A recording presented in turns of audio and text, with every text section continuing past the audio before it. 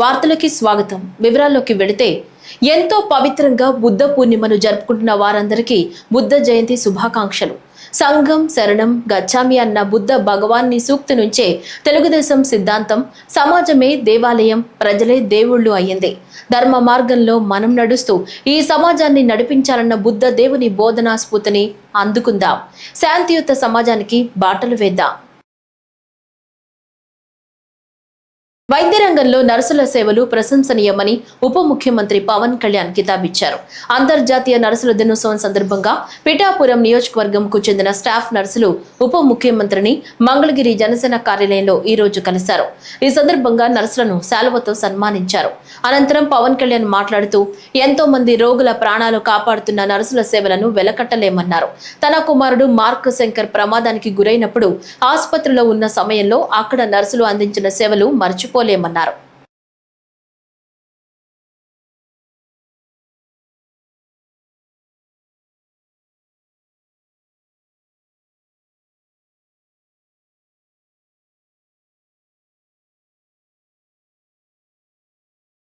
తెల్ల రేషన్ కార్డుల ఈకేవైసీ ప్రక్రియలో ఆంధ్రప్రదేశ్ దేశంలోనే అగ్రగామిగా నిలిచిందని రాష్ట్ర పౌర సరఫరాల శాఖ మంత్రి నాదెండ్ల మనోహర్ తెలిపారు. 95% మంది ఈకేవైసీ పూర్తి చేసుకున్నారని ప్రకటించారు. గుంటూరు జిల్లా తెనాలిలో కూటమి పార్టీ కార్యాలయంలో ఆయన మీడియాతో మాట్లాడుతూ ఈ ఏడాది జూన్ నుంచి ఏటీఎంలను కోరిన స్మార్ట్ రేషన్ కార్డులను పంపిణీ చేయనున్నట్లు తెలిపారు. ట్రాన్స్జెండర్లకు తొలిసారిగా రేషన్ స్మార్ట్ కార్డు ఇవ్వనున్నామని మంత్రి నాదెండ్ల తెలిపారు. ప్రజలకి పౌర సరఫరా శాఖ నుంచి ప్రతి నెల మేము అందించే సరుకులు ప్రతి కుటుంబాన్ని ఆదుకునే విధంగా కేంద్ర ప్రభుత్వం, రాష్ట్ర ప్రభుత్వం జాతీయ ఆహార భద్రత చట్టానికి అనుగుణంగా ప్రతి నెల 1వ తారీఖు నుంచి 15వ తారీఖు వరకు ఒక అద్భుతమైన కార్యక్రమం ప్రజలందరికీ అందిస్తూ ఉన్నాం. ఆంధ్రప్రదేశ్లో ఈ రోజుకి 1,46,21,000 రైస్ కార్డ్స్ ఉన్నాయి. ఈ 1,46,21,000 రైస్ కార్డ్స్ గాను జనాభా 4,24,60,000 మంది ప్రతి నెల ఈ రైస్ కార్డ్స్ ద్వారా వాళ్ళు ఈ సర్వీసెస్ అందుకుంటున్నారు.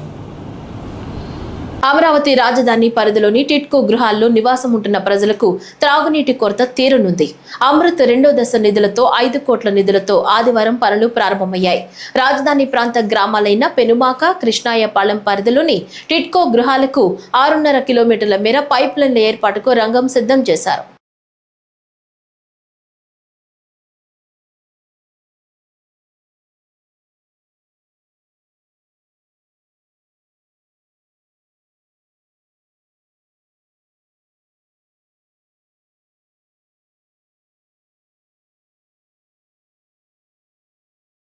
తిరుమల శ్రీ వెంకటేశ్వర స్వామి వారిని పలువురు ప్రముఖులు ఈ రోజు దర్శించుకున్నారు. వీఐపీ విరామ సమయంలో మంత్రులు అచ్చెన్నాయుడు, కొల్లు రవీంద్రలు దర్శించుకున్నారు. ఈ మేరకు ఆలయం వద్ద టీటీడీ అధికారులు మంత్రులకు స్వాగతం పలికి ప్రత్యేక దర్శన ఏర్పాట్లు చేశారు. రంగనాయకుల మండపంలో శ్రీవారి తీర్థ ప్రసాదాలను అందజేసి వేద ఆశీర్వచనం చేశారు. అనంతరం మంత్రి కొల్లు రవీంద్ర మాట్లాడుతూ రాష్ట్ర రాజధాని అమరావతి నిర్మాణ పనులు పునఃప్రారంభించడం చాలా ఆనందంగా ఉందన్నారు. నిర్మాణానికి కావలసిన 60,000 కోట్ల రూపాయల నిధులు తెచ్చుకునే దిశగా ప్రభుత్వం పనిచేస్తుందని తెలిపారు. రాష్ట్రాభివృద్ధికి కృషి చేస్తున్న సీఎం చంద్రబాబుకు స్వామి ఆశీస్సులు నిండుగా ఉండాలని స్వామివారిని కోరుకున్నట్లు తెలిపారు. శ్రీ వెంకటేశ్వర స్వామి వారి దర్శనానికి సకుటుంబ సమేతంగా రావడం జరిగింది. స్వామివారి ఆశీర్వాదాలు అందరికీ ఉండాలని, ఆ భగవంతుని ఆశీర్వాదంతో రాష్ట్రం అంతా కూడా గౌరవ ముఖ్యమంత్రి చంద్రబాబు నాయుడు గారు చేస్తున్నటువంటి కృషి, ఈరోజు మరి అమరావతి నిర్మాణం కానీ, ముఖ్యంగా రాయలసీమ ఏరియాలో కూడా ముఖ్యమంత్రి గారు చాలా అభివృద్ధి కార్యక్రమాలకు శ్రీకారం చుడుతూ ఉన్నారు. అవన్నీ కూడా సఫలం కావాలి.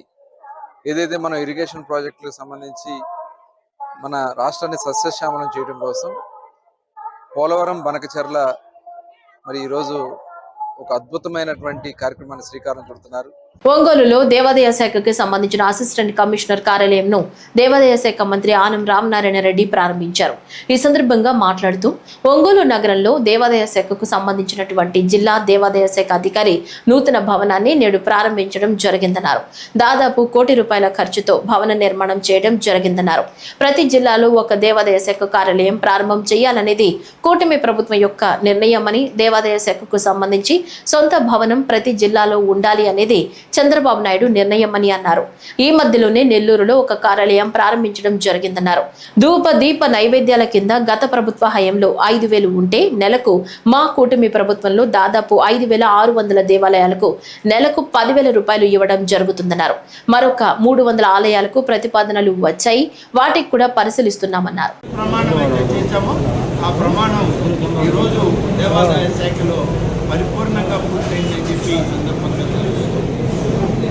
ధూపదీప నైవేద్యాలకి గతంలో ₹5,000 ఇస్తుంటే ₹10,000 ఇస్తామని చెప్పి ఇప్పటికే దాదాపు 5,600 దేవాలయాలకి 10,000 లెక్కన మేము విడుదల చేయడం జరిగింది. మరొక 300 ఆలయాలకి ఇప్పటికే ప్రతిపాదనలు వచ్చాయి, వాటిని కూడా పరిశీలిస్తున్నారు. వాటిని కూడా త్వరలోనే మంజూరు చేస్తామని చెప్పి ఈ సందర్భంగా తెలియజేస్తారు. అలాగే CGF ఫండ్స్ కింద పురాతనమైన ఆలయాలని పునరుద్ధరించడానికి చేసేటువంటి ఒక ప్రక్రియ, ఆ ప్రక్రియలో గత ప్రభుత్వం దేవాలయాలకు మేము మంజూరులు ఇస్తున్నామన్నారు, కానీ ఇచ్చిన మంజూరులకి డబ్బు ఇవ్వక 5 సంవత్సరాలు కాలయాపన చేసి ఇవాళ ఆ ప్రతిపాదనలన్నీ రద్దయ్యాయి. కొత్తగా ఇప్పుడు వచ్చినటువంటి రాష్ట్రంలో శాసనసభ్యులు, పార్లమెంటు సభ్యులు ఎవరైతే వారి నియోజకవర్గ పరిధిలో ఆలయాలు ఉన్నాయో వాటిని పునర్నిర్మాణానికి ఏవైతే ఆవశ్యకతలు ఉన్నాయో వాటన్నింటినీ కూడా వాళ్ళ ప్రతిపాదనలు తీసుకొని ఆ ప్రతిపాదనల్ని పూర్తిగా ఇంజనీరింగ్ అధికారులతో మాట్లాడాక వచ్చేటువంటి స్థానికంగా ఒక్కొక్క ప్రాంతంలో ఒక్కొక్క రకమైనటువంటి కాంట్రిబ్యూషన్ ఉంది. ఆ కాంట్రిబ్యూషన్లో ఇప్పుడు రాయలసీమ జిల్లాల్లో 20% ఉంది, ఉత్తర ఆంధ్రాలో 20% ఉంది, ఏజెన్సీ ఏరియాల్లో 10% ఉంది. మిగిలినటువంటి ప్రాంతాల్లో 33% స్థానికంగా ప్రజలు లేదా ప్రజాప్రతినిధులు దానికి సంబంధించినటువంటి మ్యాచింగ్ గ్రాంట్ ఇచ్చినట్లయితే మిగిలినటువంటి మొత్తాన్ని దేవాదాయ శాఖ కామన్ ఇచ్చి దాన్ని ధార్మిక పరిషత్ సంస్థ ద్వారా నిధులు విడుదల చేయడానికి ఏర్పాటు చేశారు. ఇప్పటికే మాకున్న పరిధిలో అనేక ఆలయాలు ఉన్నాయి. దాదాపుగా ₹500 కోట్ల పనులు ప్రారంభించాం, పనులు జరుగుతూ ఉన్నాయి. ఈ పనులన్నీ ఒకటిగా పూర్తవుతూ ప్రతి సంవత్సరం కూడా 100 నుంచి 150 కోట్ల ఆలయాల పునర్నిర్మాణాన్ని ఖర్చు చేయడానికి ఇవాళ ప్రభుత్వం చర్యలు తీసుకుంది.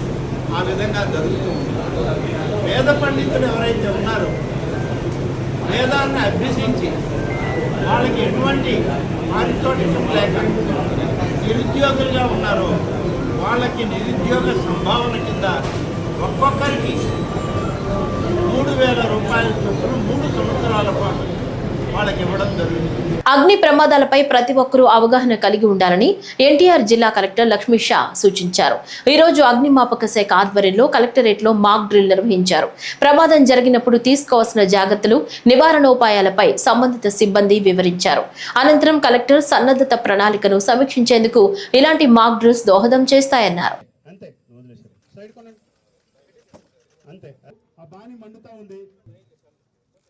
ఈరోజు ఎన్టీఆర్ జిల్లా కలెక్టరేట్లో మాక్ డ్రిల్ చేయడం జరిగింది. డిజాస్టరు, ఫైర్ యాక్సిడెంటు, అట్లాగే వేరే ఏదైనా విపత్కర పరిస్థితిలో పబ్లిక్ ఎలా రెస్పాండ్ అవ్వాలి, ఏమేమి జాగ్రత్తలు తీసుకోవాలి, అట్లాగే పబ్లిక్ ఎలా హెల్ప్ చేయాలి, మనము డిజాస్టర్ టైంలో మనం అడ్డపడకుండా ఎట్లాగ మనం సేఫ్గా ఉండాలి, అలాగే ఎవరైనా బాధపడి ఉంటే లేదా ఏదైనా క్షతగాతులు ఉంటే వాళ్ళని ఎట్లాగా మనము రక్షించే పనిలో ఉండాలి అనే దాని మీద ఈరోజు ఫైర్ డిపార్ట్మెంటు అలాగే జిల్లా యంత్రాంగం కలిసి ఒక మాక్ డ్రిల్ చేయడం జరిగింది.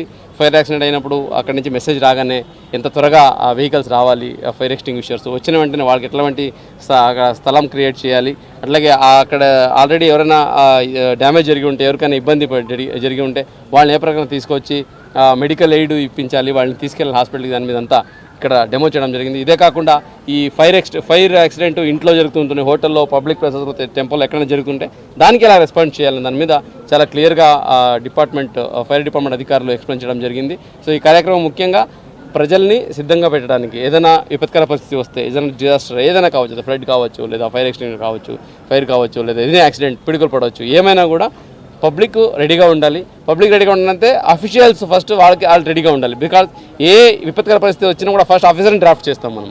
ఆఫీసర్స్ని వెళ్ళండి అని డ్యూటీ వేసేస్తాం, వెంటనే కాల్ సెంటర్ పెడతాం. అక్కడ వెళ్ళే ఆఫీసర్ ఏం చేయాలి, ఫర్ ఎగ్జాంపుల్ డాక్టర్కి అయితే తెలుసు ఏం చేయాలనేది. ఫర్ ఎగ్జాంపుల్ ఫైర్ ఆఫీసర్స్ ఉంటారు, వాళ్ళకి తెలుసు.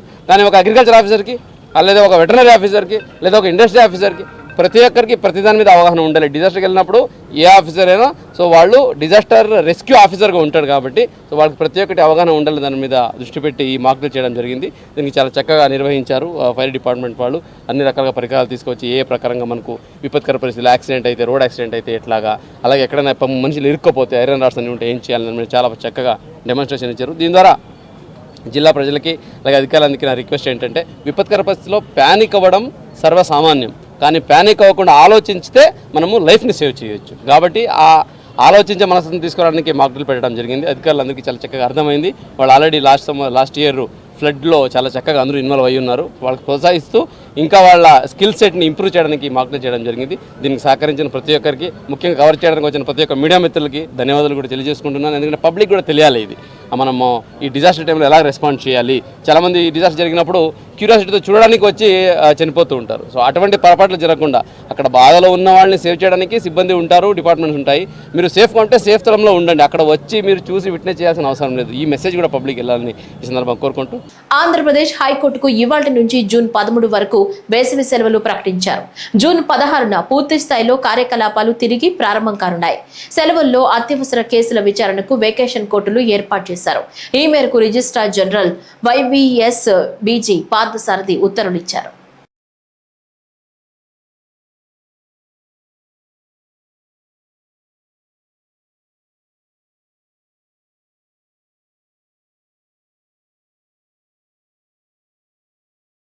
శ్రీశైలం బ్రహ్మరామ మల్లికార్జున స్వామి అమ్మవార్లను రాష్ట్ర ఆర్థిక శాఖ మంత్రి పయ్యావుల కేశు దంపతులు దర్శించుకున్నారు. దర్శనార్థం ఆలయ రాజగోపురం వద్దకు చేరుకున్న మంత్రి దంపతులకు ఆలయ ఈవో, అర్చకులు ఆలయ మర్యాదలతో స్వాగతం పలికారు. అనంతరం శ్రీ స్వామి అమ్మవార్లకు ప్రత్యేక పూజలు నిర్వహించారు. దర్శనం అనంతరం అమ్మవారి ఆశీర్వచన మండపంలో ఆలయ వేద పండితులు వేద ఆశీర్వచనం చేయగా ఈవో శ్రీ స్వామి అమ్మవార్ల చిత్రపటం, తీర్థ ప్రసాదాలు అందజేశారు.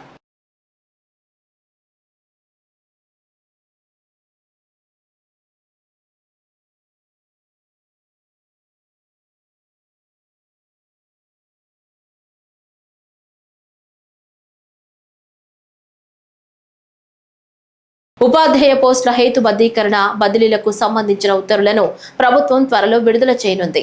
రాష్ట్రంలో బదిలీల చట్టం ప్రకారం మొదటిసారి ఈ ప్రక్రియ నిర్వహించనున్నారు. ఈ చట్టాన్ని సవాల్ చేస్తూ కొంతమంది అంధ ఉపాధ్యాయులు హైకోర్టును ఆశ్రయించగా స్టేటస్ కో విధించింది. దీంతో ఆ పోస్టులను మినహాయించి బదిలీల ప్రక్రియ పూర్తి చేయాలని విద్యాశాఖ భావిస్తోంది. మొత్తంగా బదిలీల ప్రక్రియ ఈ నెల 15 నుంచి చేపట్టాలని అధికారులు ప్రాథమికంగా నిర్ణయించారు.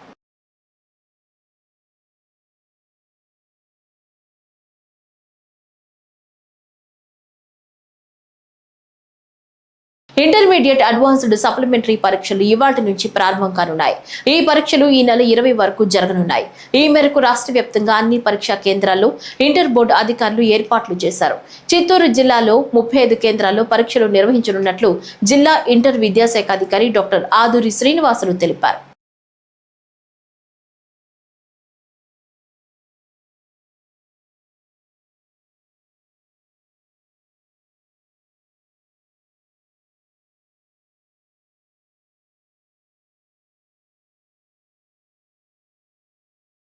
కర్నూలు నగరంలోని రద్దీ ప్రాంతాల్లో పోలీసులు విస్తృత తనిఖీలు చేపట్టారు. అనుమానాస్పద వ్యక్తులను అదుపులోకి తీసుకుని విచారిస్తున్నారు. డీఎస్పీ ఆధ్వర్యంలో రైల్వే స్టేషన్, బస్టాండ్లో బాంబు, డాగ్ స్క్వాడ్ బృందాలతో తనిఖీ చేశారు. ఈ తనిఖీల వల్ల సామాన్య ప్రజలు భయపడాల్సిన అవసరం లేదన్నారు. కర్నూలు టౌన్లోని బస్టాండు మరియు రైల్వే స్టేషన్ అన్ని ప్లేసుల్లో కూడా ప్రత్యేకంగా ఎక్స్టెన్సివ్గా అందరు ఫోర్స్ అంతా టౌన్లో ఉన్న ఆఫీసర్స్ అందరూ కలిసి ఈ వెహికల్ చెకింగ్స్, తర్వాత అట్లాగే ఈ బ్యాగ్స్, తర్వాత లగేజ్లు, అనుమానాస్పద వ్యక్తుల కోసం బస్టాండ్స్ మీద, రైల్వే స్టేషన్లో ఫోకస్ చేయడం జరిగింది. దాంట్లో స్పెషల్ పార్టీలు, తర్వాత డాగ్ స్క్వాడ్ కూడా, తర్వాత బాంబు డిస్పోజల్ స్క్వాడ్, అన్ని రకాల మొత్తం ఉన్న గారి పోలీస్ దగ్గర ఉన్న అన్ని సౌకర్యాలతో ఇక్కడ చేయడం జరిగింది. దీంట్లో ఆర్టీసీ డిపార్ట్మెంట్ యొక్క ఆఫీసర్లను, రైల్వే స్టేషన్ అధికారులతో కూడా చర్చించేసి, తర్వాత క్లోక్ రూమ్స్, ప్రధానంగా ప్యాసింజర్లు ఎవరైతే అనుమానాస్పదంగా ఉంటారో అనుమానాస్పదమైన వస్తువులు కానీ వాళ్ళ బ్యాగులు కానీ ఏమైనా ఉంటే కూడా చెక్ చేయడం జరిగింది. ఇదంతా బ్యాక్గ్రౌండ్ అందరికీ తెలిసిన విషయమే. రాష్ట్ర వ్యాప్తంగా ఉన్న ఉద్రిక్తతలు దాని దృష్ట్యా కర్నూలు టౌన్ యొక్క సేఫ్టీ అండ్ సెక్యూరిటీ పర్టికులర్గా ప్రజల యొక్క వాళ్ళ యొక్క రక్షణ నిమిత్తం అనేసి ఈ విధంగా చెక్ చేయడం జరిగింది. తిరుచానూరు శ్రీ పద్మావతి అమ్మవారి వార్షిక వసంతోత్సవాలు ఘనంగా ప్రారంభమయ్యాయి. వసంతోత్సవాల్లో భాగంగా స్నపన తిరుమంజనాన్ని నిన్న రాత్రి నిర్వహించారు. ఇందులో భాగంగా పసుపు, కుంకుమ, పాలు, పెరుగు, తేనె, చందనం, కొబ్బరి నీళ్లతో అభిషేకం చేశారు. వసంతోత్సవం కారణంగా ఆదివారం కళ్యాణం, సహస్ర దీపాలంకార సేవలు రద్దయ్యాయి.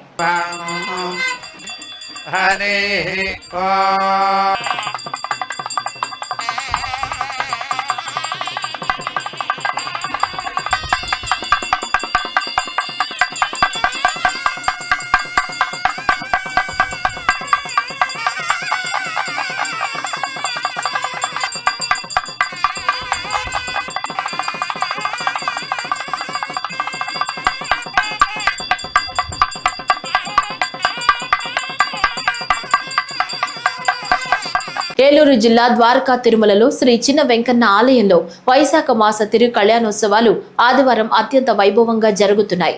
ఈ సందర్భంగా ఆదివారం శ్రీనివాసుని ఉత్సవమూర్తులకు పూజలు నిర్వహించారు. ఆలయ ప్రధాన అర్చకులు పెద్దింటి జగన్నాథాచార్యులు ఆధ్వర్యంలో వేద పండితులు శాస్త్రోక్తంగా నిర్వహించారు.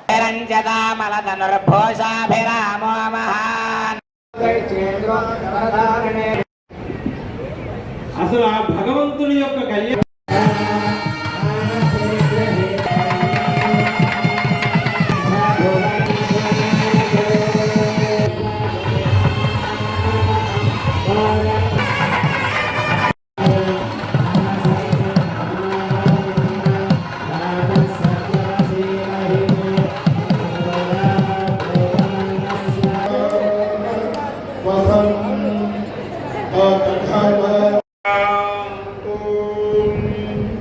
గత 5 ఏళ్లలో కాలువల్లో పూడిక పనులు చేయకపోవడంతో సాగునీటికి ఇబ్బందులు తలెత్తాయని రాష్ట్ర జలవనరుల శాఖ మంత్రి డాక్టర్ నిమ్మల రామానాయుడు తెలిపారు.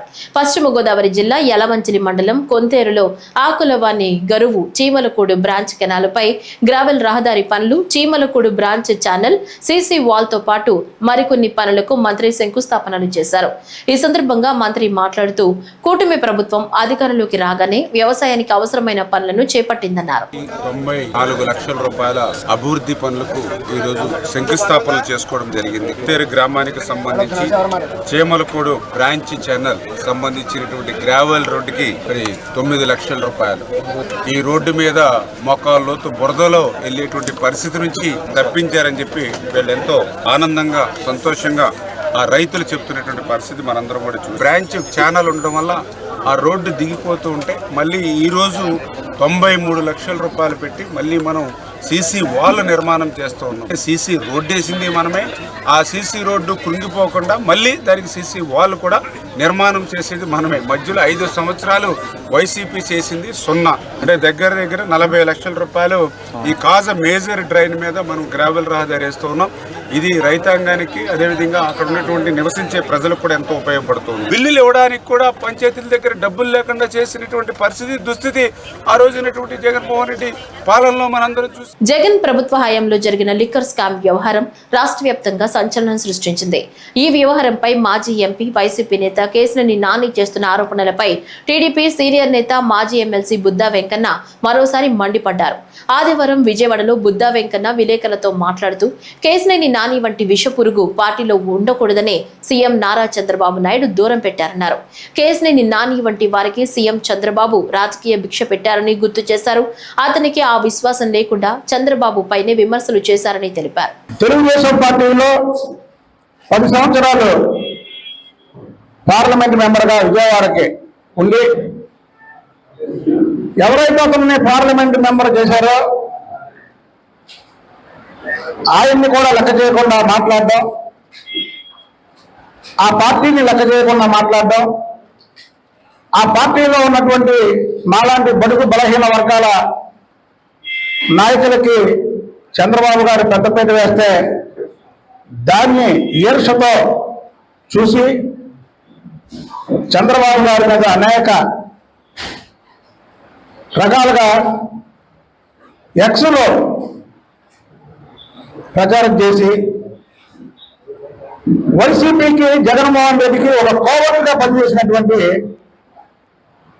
మాజీ పార్లమెంట్ సభ్యుడు కేసీఆర్ నాని గురించి ఈరోజు మాట్లాడాల్సి వస్తుంది. ఎందుకు మాట్లాడాల్సి వస్తుందంటే అతను తెలుగుదేశం పార్టీ పార్లమెంటరీ సభ్యుడిగా ఉన్నప్పుడు జగన్మోహన్ రెడ్డికి కోవలుగా పనిచేయడమే కాకుండా ఇక్కడ విషయాలన్నీ కూడా అక్కడ చేరవేయడంలో దిట్ట. ఈరోజు రాష్ట్రంలో పెద్ద స్కామ్ అయినటువంటి లిక్కర్ స్కామ్ మేము 2019 నుంచి 2024 వరకు కూడా తెలుగుదేశం పార్టీ చంద్రబాబు నాయుడు గారు కానివ్వండి, లోకేష్ బాబు గారు కానివ్వండి, నేను కానివ్వండి, లేదా రాష్ట్రంలో ఉన్నటువంటి తెలుగుదేశం పార్టీ నాయకులు అందరూ కూడా గొంతెత్తి లిక్కర్ స్కాములో పెద్ద అవినీతి జరుగుతుంది, ప్రతి దానికి ఇవాళ గూగుల్ పే, ఫోన్ పే ఉంది, కానీ ఈ స్కామ్ లో గూగుల్ పే, ఫోన్ పే లేకుండా ప్రభుత్వానికి లెక్కలు చూపకుండా డబ్బంతా తాడేపల్లి ప్యాలెస్ కు చేరుతుందని మేము గగ్గోలు పెడితే ప్రజలు విని జగన్మోహన్ రెడ్డి అవినీతిని బయటికి తీయమంటే ఈరోజు తెలుగుదేశం కూటమి ప్రభుత్వం వచ్చిన తర్వాత ఆ లిక్కర్ స్కామ్ ని మేము బయట పెడుతుంటే ఆ లిక్కర్ స్కామ్ ని ప్రజల చూపు ఆ లిక్కర్ స్కామ్ పై పక్కదారి మళ్లించడానికి ఇవాళ కేసీఆర్ నాని మరొక కోవట్ అవతారం ఎత్తాడు. ఏమంటే ఇవాళ నేను చూసా లిక్కర్ స్కామ్ లో చిన్ని కసిరెడ్డిని ఎంక్వైరీ చేయమని ఈడీకను ఇక్కడ ఉన్నటువంటి పార్లమెంట్ సభ్యులు కేసీఆర్ చిన్ని గారిని అలాగే కసిరెడ్డి మీద ఈడీ ఎంక్వైరీ చేయమని.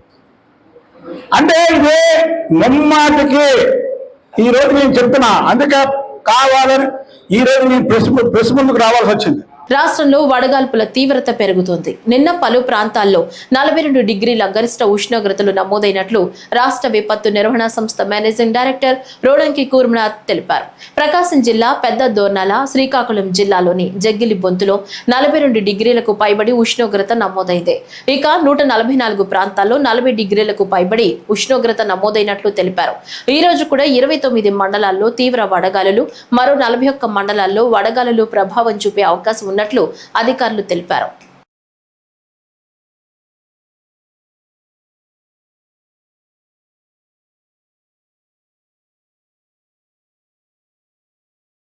ఈ వార్తలు ఇంతటితో సమాప్తం. నమస్కారం.